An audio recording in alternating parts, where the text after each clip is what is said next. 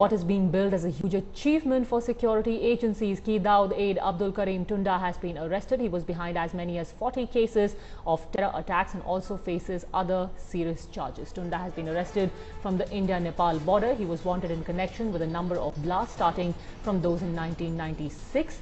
Those blasts were carried out in Delhi, Varanasi and other cities. He's also known as the right-hand man of Dawood Ibrahim and was a key bomb maker for the Lashkar-e-Tayyaba. Tunda's specialty is to make bombs from chemicals used in dyeing clothes. He had been evading the law for nearly 17 years now, but Abdul Karim Tunda has now been arrested. He originally hails from Western UP and is known as the top bomb maker for the Lashkar-e-Tayyaba. He's also masterminded the blasts in New Delhi, Panipat, Sonipat, Ludhiana, Kanpur and Varanasi in period between 1996 and 1998.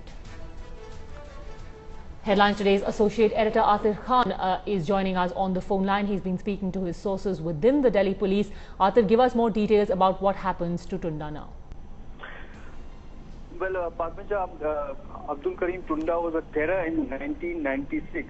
Since then, that was the time when he carried out a number of blasts in New Delhi area, Panipat, Varanasi and several other places.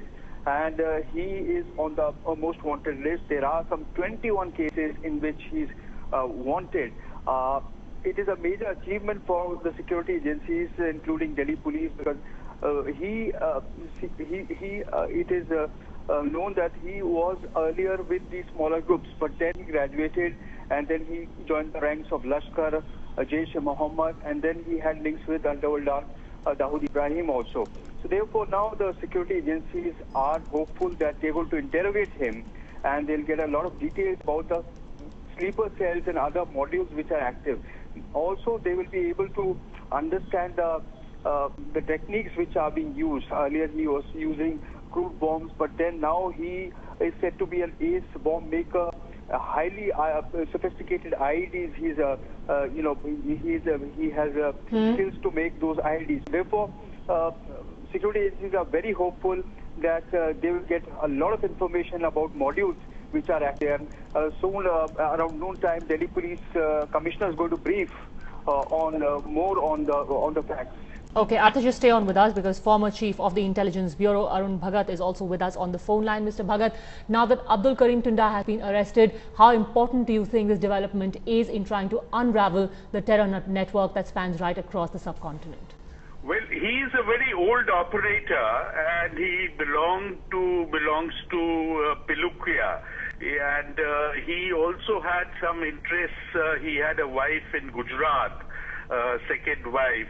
And he was very active. He was responsible for a large number of incidents in Delhi as well as, if I remember correctly, in Jalandhar. And searches of his establishment, I think he had a small workshop in Pilukia where they recovered quite a lot of explosives.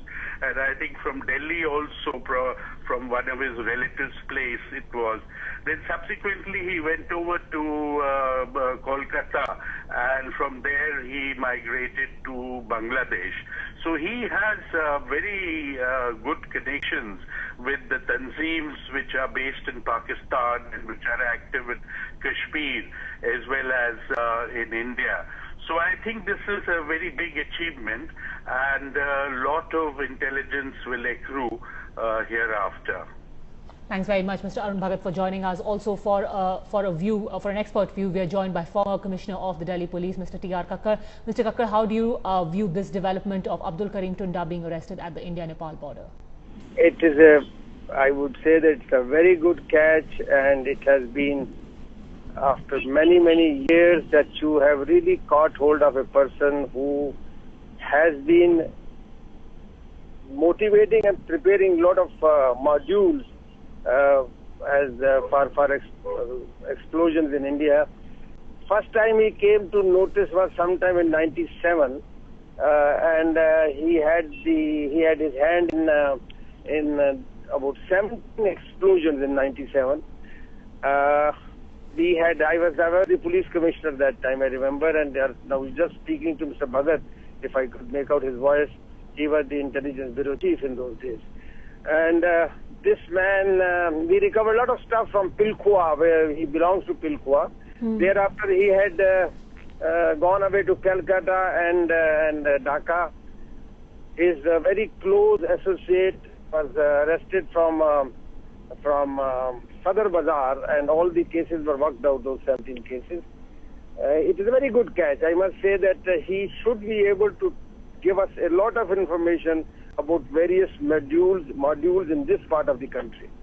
And more importantly, Mr. Kakkar, do you also think that now the intelligence agencies will get an insight into exactly how the terror operatives not just function within the country, but have cells across the subcontinent and are able to evade the police simply by crossing the border?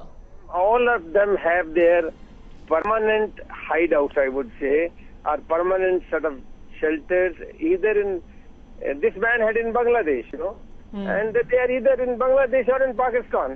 They're the only two places they can, if they have to sort of stay there for a long period, it is only these two places where they go.